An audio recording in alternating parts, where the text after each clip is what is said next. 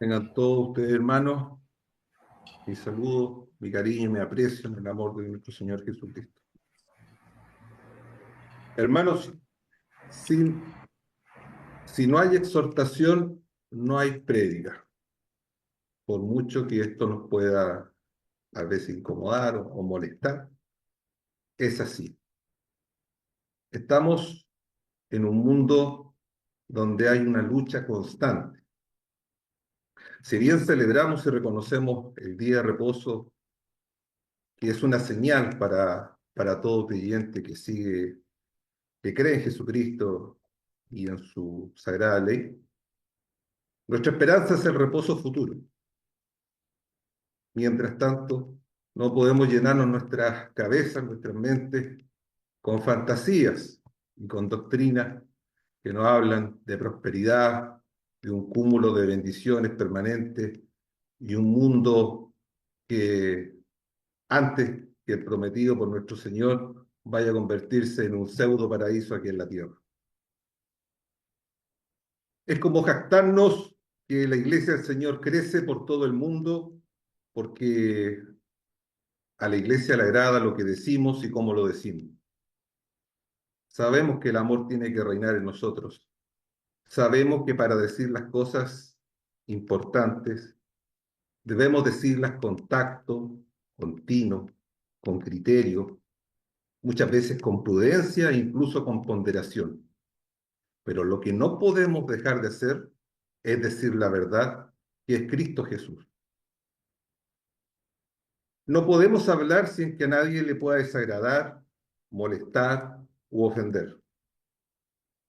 Finalmente, el estado de las cosas no puede ser el mismo. Hay que preocuparnos cuando nos sentimos cómodos, agradados, reconocidos, revisados.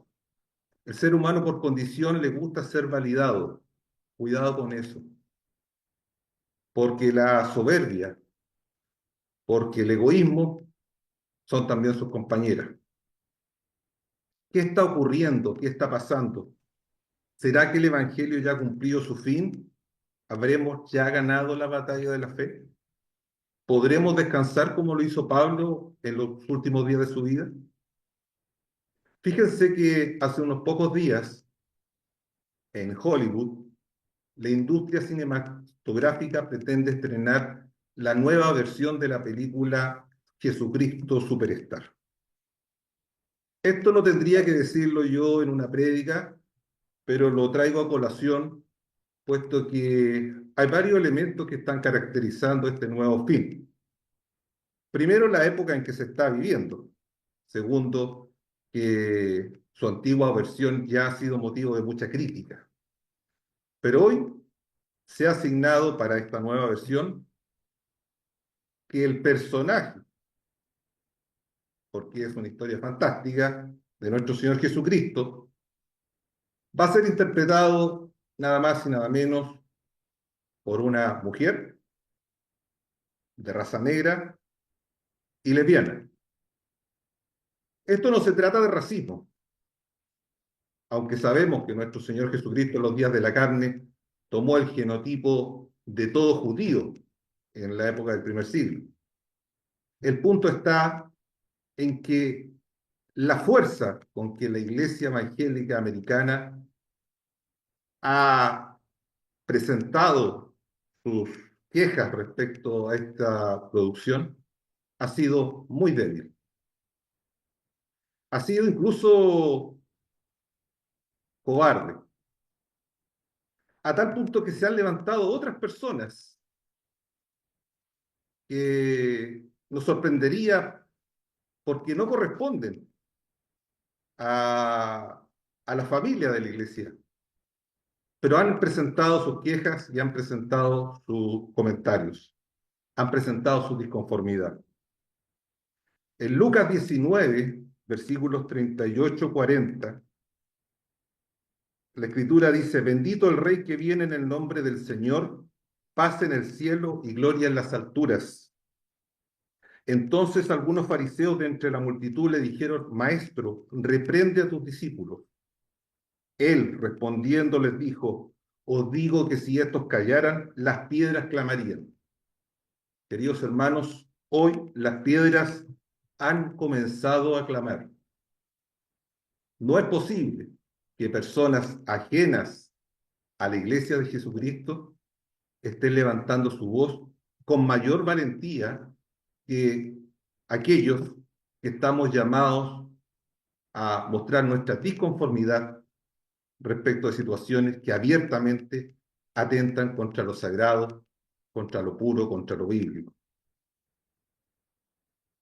¿Por qué está sucediendo esto? Por el cumplimiento de la profecía.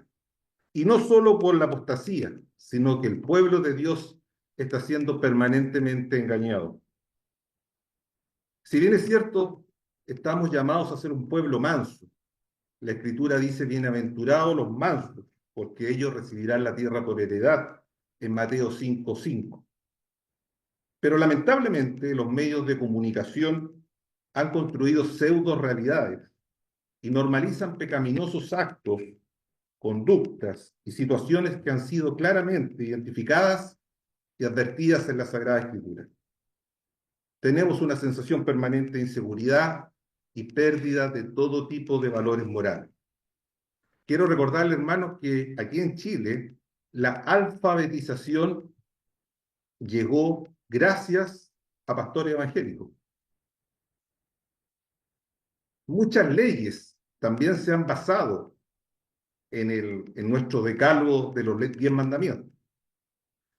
Pero hoy por hoy es común ver una tendencia creciente a descartar a todo lo que tenga relación o que tenga un origen o una semejanza con lo divino. El apóstol Pablo nos advierte de no ser receptivos a los estímulos y a la manipulación. Nuestras sensaciones, nuestras percepciones, nuestros sentimientos pueden ser fácilmente influenciables. En la carta de Efesios 4:14 dice, para que ya no seamos niños fluctuantes, llevados por doquiera de todo viento de doctrina, por estratagema de hombres que para engañar emplean con astucia las artimañas del error. En 2 Corintios 11:30 nos advierte, pero temo que como la serpiente que con astucia engañó a Eva, vuestros sentidos sean de alguna manera extraviados de la sincera fidelidad a Cristo Jesús. ¿Cuál es nuestra justicia ahora? Cristo Jesús. Si me amáis, guarda los mandamientos. No podemos nosotros como cristianos ahora vivir una vida de duplicidad, vivir una vida secular por un lado y una vida religiosa por otro lado. Porque si queremos agradar a Dios, vamos a ser enemigos del mundo. Pero si optamos por el mundo, vamos a ser claramente enemigos de Dios. Es bien es cierto que en la vida cotidiana, cuando chocamos un auto, cuando apretamos un dedo con alguna puerta, claramente no solamente se cae nuestro diccionario de la Real Academia Española, sino también la Biblia. Cierto, somos cuerpos naturales, somos cuerpos que tienen corrupción, somos cuerpos que estamos sujetos a las sensaciones, a nuestras percepciones. Somos como ovejas que caemos en una zanja, pero a diferencia del cerdo, la oveja, cuando se extravía y cae en una zanja, lucha por salir de ella. Es el pastor y Jesús que nos saca de esa zanja. Pero el cerdo se agrada en su fango. Al cerdo le gusta estar atrapado.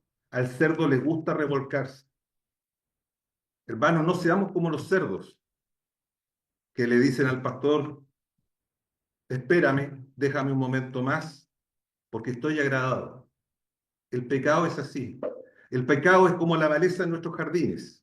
Al principio uno la ve, se molesta, pero fíjense que con el tiempo esa misma maleza da flor. Sigue siendo maleza, pero ya no nos desagrada tanto. Y comenzamos a aceptarla. Y comenzamos a bajar la guardia. Y comenzamos a llamar bueno a lo que en definitiva es malo. Comenzamos a ya no hablar de Cristo. Comenzamos a ser timoratos. Comenzamos a ser calculistas. Y cuando el Espíritu Santo de Dios nos pone una persona delante para predicarle el Evangelio, pensamos, retrocedemos, queremos ser cautos, empezamos a enarbolar ciertos artilugios para tratar de defendernos. Decimos, este no es el momento, el Espíritu Santo dará el momento justo, y muchas veces puede pasar que no exista otro momento en que nosotros podemos predicar el Evangelio de Dios. El pecado sucede que algunas cosas, el 100% de lo que nosotros podemos hablar, puede ser algo que tal vez las personas hayan escuchado. Muchas veces a las personas les gusta Cristo. No es una figura que se rechace. Es una figura que incluso puede ornamentar una casa. Puede estar colgado en una cruz, puede estar en ciertas palabras, en ciertas imágenes que se capturan en los celulares, en los computadores. Puede acompañar un sticker en un auto, puede acompañar tal vez debajo del espejo retrovisor. Hay gente incluso que se tatúa palabras de Cristo y palabras del Evangelio. Pero con todo, si Cristo no está en el corazón del hombre, de nada sirve. Es cierto, las obras no son salvíficas, pero sí vamos a ser juzgados por nuestras obras en base a nuestra fe. Debemos tener cuidado de no caer en las trampas, y en este momento está sujeto el pueblo de Dios. Trampas que el enemigo lo hace de forma inteligente. Estamos luchando con una mente superior, sabiendo que la victoria es de Cristo, pero no debemos subestimar los poderes del enemigo. No lo debemos subestimar porque nosotros somos hechura de Cristo. Debemos serlo a nuestra medida. Debemos hacer viva la metanoia, esa transformación de mente que nos va a ayudar a proyectar a Cristo. No solamente en nuestra familia, que es nuestra Jerusalén, sino en nuestro barrio, en nuestra ciudad. Debemos ser conocidos. Y no ser conocidos por ser buenas personas, porque muchas personas sin Cristo lo son. Pero el cristiano tiene el amor que se proyecta dentro de él. No solamente para tener una actitud de servicio, sino también para predicar con denuedo, con valentía el Evangelio, para llamar a otros para que se arrepientan. Como dice Isaías, para que abandonen sus pensamientos inicuos, para que se acerquen a Dios, para que enderecen sus sendas. Esa es la exhortación que nosotros tenemos que hacer.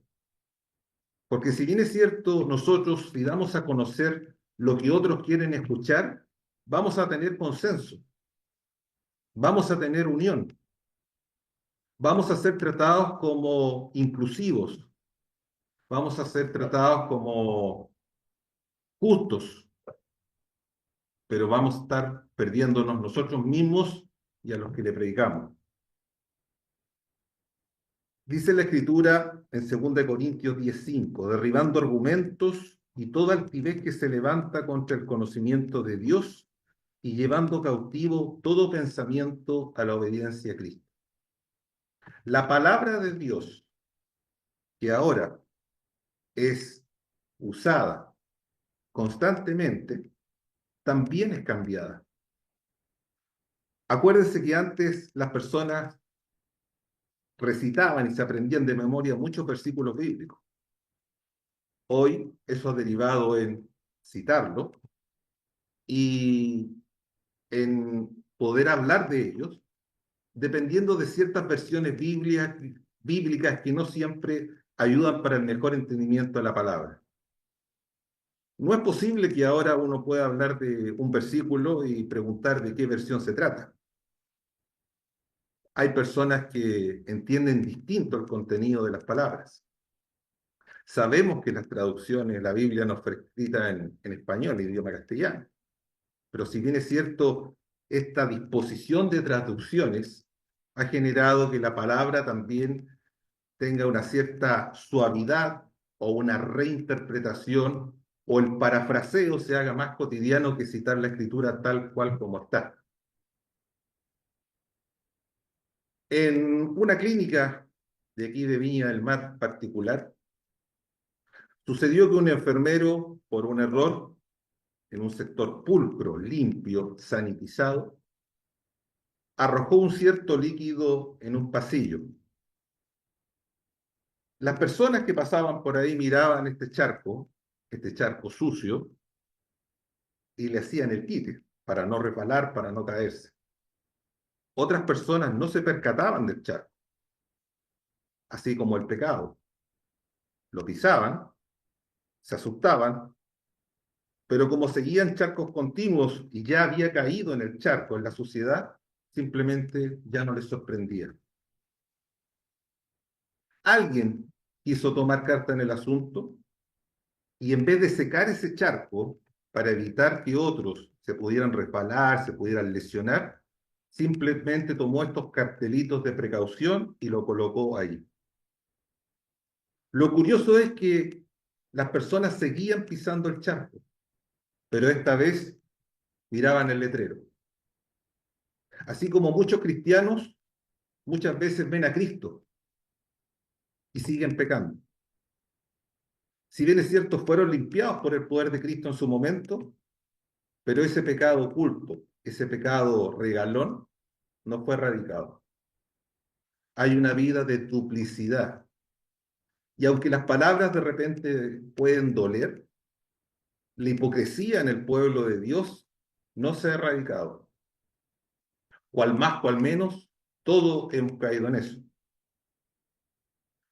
Es que permitir que el Espíritu Santo esté permanentemente con nosotros requiere una entrega, requiere una comunicación permanente. Muchos pastores en algún tiempo hablaban de ese teléfono que uno siempre está marcando. Ya las largas distancias prácticamente no existen, estamos en un mundo globalizado. Pero sin embargo, la larga distancia con Dios cuesta mucho. Cuesta mucho acercarla. Y muchas veces solo la acercamos con el corazón cuando estamos en pérdida, cuando estamos afligidos o cuando algo realmente nos preocupa. Cristo debe ser el centro de nuestras decisiones. Cristo debe estar gobernando siempre. Debe ser nuestra primera opción, no la última. Porque muchos tal vez hemos orado pensando en que nunca está de más. El mundo secular, los laicos, creen que nunca está de más Cristo. No, no es, puede estar nunca más, puede estar lo otro, pero no Cristo. Cristo está en primer lugar. Si a Cristo no le damos el primer lugar, estamos negando su señorío. Si Él es nuestro Señor, debemos darle la honra que merece en todas nuestras decisiones. Subestimar, subordinar todas nuestras decisiones de cualquier índole a Cristo. No caer tampoco en esas fantasías de solicitar confirmación, hacer pactos, hacer tratos, porque todo eso relativiza a Cristo. Cristo es divino, Cristo es Dios, y a partir de esa realidad debemos subordinarnos en conocimiento de la palabra, en oración y en ayuno. Somos obreros trabajando, no somos obreros descansando. Estamos en permanente amenaza, no solamente nosotros mismos, sino nuestros hijos, nuestros nietos, la gente que queremos. No podemos ser tan egoístas de entregarlos a que cada cual piense lo que sea. Incluso en las escuelas, en los colegios, ¿qué están enseñando los profesores? Los profesores enseñan un mundo ecuménico, un mundo evolucionista, un mundo de una tolerancia extrema, un mundo donde no existe una ética, sino existen muchas éticas y muchos valores morales. Y en la medida que uno respete todos los valores morales, está bien. Y así, con esa formación, están deformando la mente de aquel cristiano infante o de aquella mujer, hombre pequeño de Dios, que el día de mañana va a tener que lidiar a una familia y llevar a su familia también a través de la sangre de Cristo a la salvación. En Juan 1:48, la palabra dice, le dijo Natanael, ¿de dónde me conoces? Respondió Jesús y le dijo, antes que Felipe te llamara, cuando estabas debajo de la higuera te vi. Nuestro Señor nos conoce, nos ha visto. Nuestro Señor nos ha visto tal vez despertando en la madrugada para orar, para comunicarnos con Él. Nuestro Señor nos conoce ayunando. Nuestro Señor nos conoce estudiando la palabra, compartiéndola. Nuestro Señor nos conoce yendo donde nuestro vecino a hablarle del Evangelio. Nos conoce visitando enfermos, visitando presos. ¿Cómo nos conoce nuestro Señor? Él nos visita, conoce nuestro corazón. Acuérdese la parábola de los talentos. A no todos se le ha dado todo el talento para hacer todas las cosas, pero los talentos deben ser exaltados, deben ser multiplicados, deben generar frutos, porque aún lo poco que podamos tener puede ser quitado. Debemos procurar que Dios nos conozca en las distintas facetas del creyente, no solamente en la oración, sino en el ayuno, en la lectura bíblica. Queremos que Dios nos colme de bendiciones, queremos que nos colme de prosperidad. Nos sentimos buenos y justos porque deseamos que todo el mundo esté bien. ¿Pero qué hacemos por ello? Dice el Señor que buscó quien hiciera vallado y no lo encontró. Quien hiciera intercesión, quien pudiera orar por otro hermano, quien pudiera ser empático en el sufrimiento ajeno. Si somos un cuerpo de Dios, el sufrimiento de mi hermano no me puede dar lo mismo. No solamente debemos ser empáticos como una condición de ser buenas personas, buenos ciudadanos, políticamente correctos. Debemos ser políticamente buenos cristianos, reflejar a Cristo, ser como Él. Antes de que Cristo fuera nuestro Salvador, es nuestro Maestro. Debemos seguirle. Él nos enseñó a hacerlo. En el Nuevo Mandamiento existen, en el Nuevo Testamento existen muchos mandamientos que dejó Jesús. No solamente los dos que conocemos. En cada versículo hay mandamientos. Y no solamente como norma de conducta, sino hacer lo correcto ante los ojos de Dios. Buscamos agradar a Dios. Buscamos ser dignos de Él. Aunque sabemos que nuestras justicias, nuestra caridad y las acciones que nosotros podamos hacer son inmundicia ante sus ojos.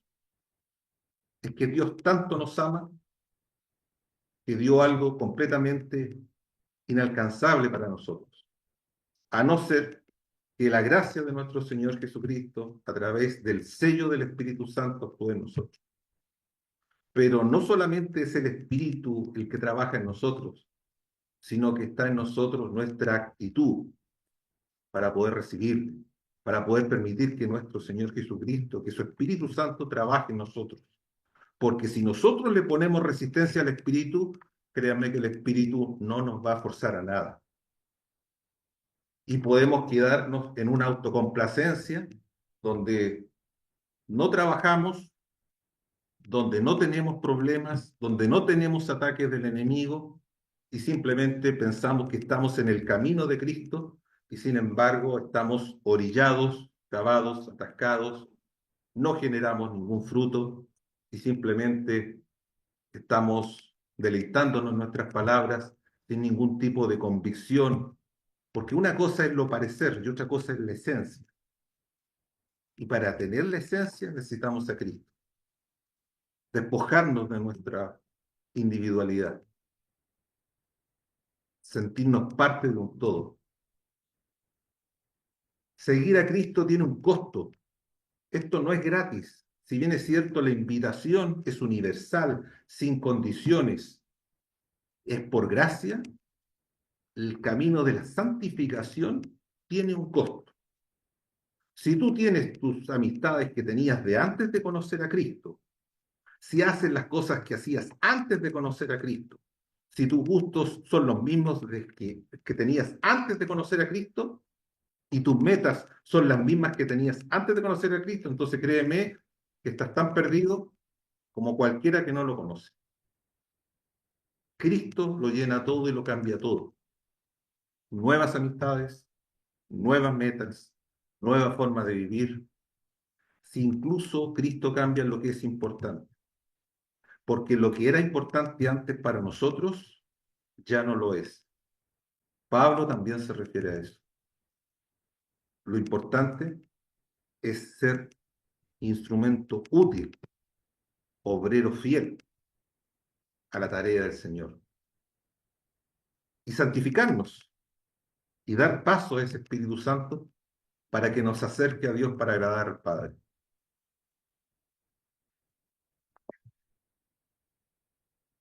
Nosotros renunciamos a lo oculto, renunciamos a lo vergonzoso, renunciamos a nuestras miserias y no adulteramos la palabra de Dios, como dice Pablo en 2 Corintios 4:2, sino que estamos dispuestos a la manifestación del espíritu humano en nuestra conciencia, el espíritu de Dios en nuestra conciencia, para agradar a Dios. Porque muy distinto es contra quién predicamos y a quién le estamos predicando. Hoy por hoy, más que antes, la presencia de los falsos profetas es común. No solamente en las calles, en las radios, en la televisión. Hay cadenas que se dedican a quitar el sufrimiento de las personas. ¿Y cómo no va a ser atractivo? ¿A quién le gusta sufrir? ¿A quién le gusta padecer? Pero no hay caminos fáciles. Hay esperanza. Es que yo te ofrezco sanidad. Sí, bien advertidos también estamos de que puede haber sanidades. Pero ¿de parte de quién son esas sanidades? ¿Está Cristo ahí? ¿Está Cristo en nuestras casas?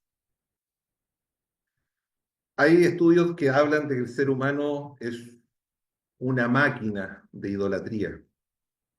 Y a pesar que nosotros siempre cuando hablamos de idolatría nos acordamos del pueblo hebreo, antes los israelitas, sino ese pueblo antiguo que adoraba a cuanto Dios pagano se le presentara, nosotros muchas veces también caemos en eso. No podemos dar crédito a la creación más que al creador. Si no, miren a montones de hermanos que andan con sus plantitas y sus hojitas y cuánto cosa y superchería que hay. Los unidad de estar en Cristo. Ese es nuestro objetivo. Debemos ser como el cazador que levanta el alza de su mira, su escopeta y dispara, no en las cosas mundanas. El dolor, el padecimiento y el sufrimiento hay que aceptarlo, porque somos seguidores de Cristo y aunque nos duela, aunque nos pese, sabemos bien que el poder de Cristo se perfecciona en ese camino de martirio. Lejos está el martirio que sufrieron los primeros cristianos en la iglesia primitiva. Pero sin embargo, Dios que nos conoce, sabe cuánto nos puede doler y Él conoce también la capacidad que nosotros podemos tener de llevar una carga. ¿Cuántos pastores, cuántos hermanos han sufrido? ¿Cuántos más faltan por sufrir? Pero si lo comparamos con las personas que mueren todos los días y sin Cristo, el número es significativamente menor. Muchas personas mueren sin Cristo. Hoy, en este momento, hay personas que están dejando este mundo sin Cristo y su alma está perdida. Faltan obreros. No podemos nosotros ser un club, un ministerio, donde nos palmoteamos la espalda a nosotros mismos. La autocomplacencia es peligrosa y en el Evangelio aún más. No podemos estar satisfechos, contentos con lo que hemos hecho. Falta mucho por hacer. No llegamos ni siquiera al promedio o a la media. Y esto no es por la cantidad de personas, porque no debemos caer en ese truco. Nosotros no debemos perseguir llenar iglesias, no, al contrario. Porque podemos tener un crecimiento con una profundidad de un dedo y eso no sirve. No podemos ser tibios. Dios nos quiere calientes, completos, dispuestos para Él para toda buena obra. Por lo tanto, no podemos ser mediocres. Cada uno sabe lo que puede valer y la capacidad que uno puede tener. Y dice la Escritura que el Espíritu debe estar dispuesto.